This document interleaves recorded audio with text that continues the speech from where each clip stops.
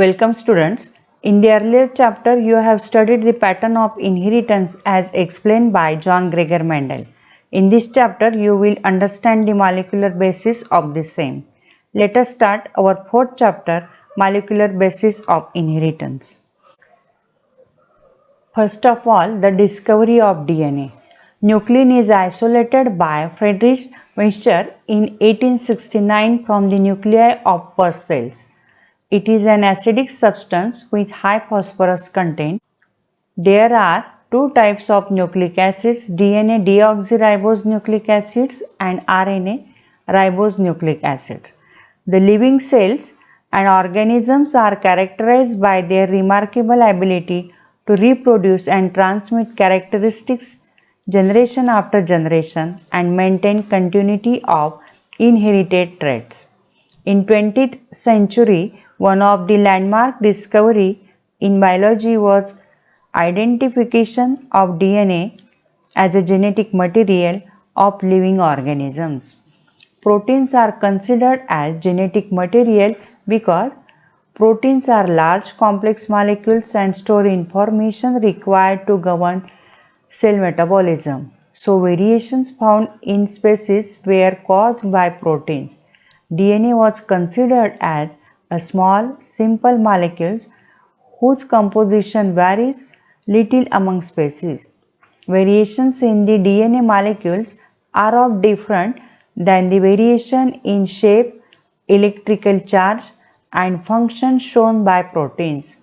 Various experiments which prove that DNA was the genetic material and not the protein.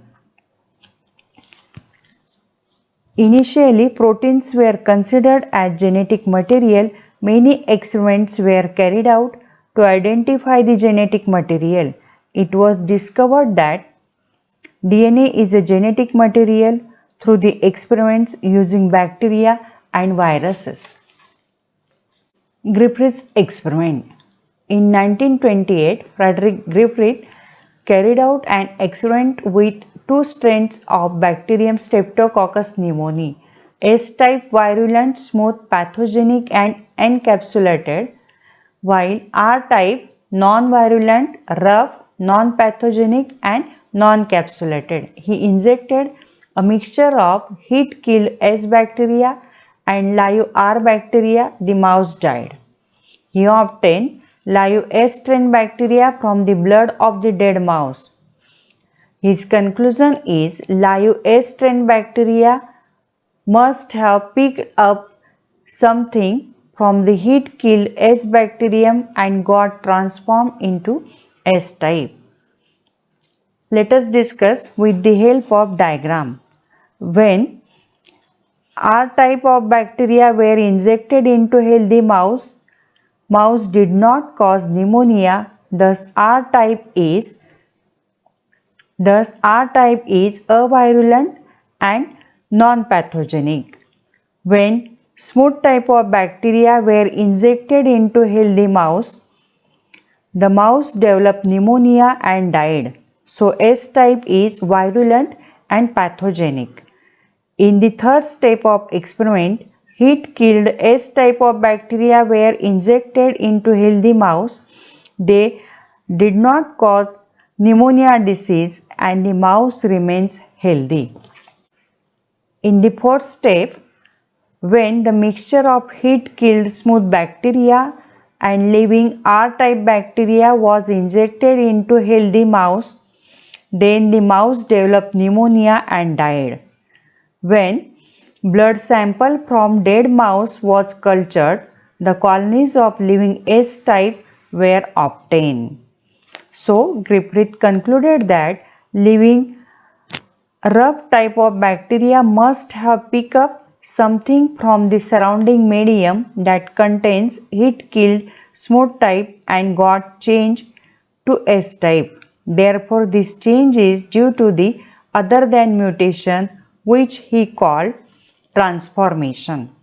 16 years later, in 1944, Ivory, McCarthy and MacLeod's experiment, they attempt a more definitive experiment. They use a test tube instead of mouse and prove that DNA is genetic material as transforming principle. They take purified DNA, RNA, proteins, etc. from heat-killed cells of S strain and mixed with R strain bacteria separately. Only DNA was able to transform a virulent R strain into virulent S strain. When DNA was digested with DNase, there was no transformation. Next one is Hershey and Chase experiment. They worked with viruses that infect bacteria, that is bacteriophages, which are composed of DNA and protein. Type first, where DNA was labeled with radioactive phosphorus, and type 2 where protein coat was labeled with radioactive sulfur. They carried out their experiment in 3 steps: infection, blending and centrifugation. This experiment proved that DNA is the genetic material which enters bacterial cell, not protein.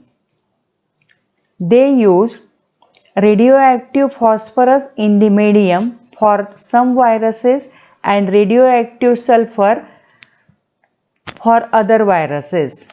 DNA contain phosphorus and not sulfur, while proteins contain sulfur and not phosphorus. Therefore, some viruses were with radioactive DNA and some with radioactive protein coat. Both these types were allowed to infection. As the infection proceeded, the viral coats were removed with centrifugation.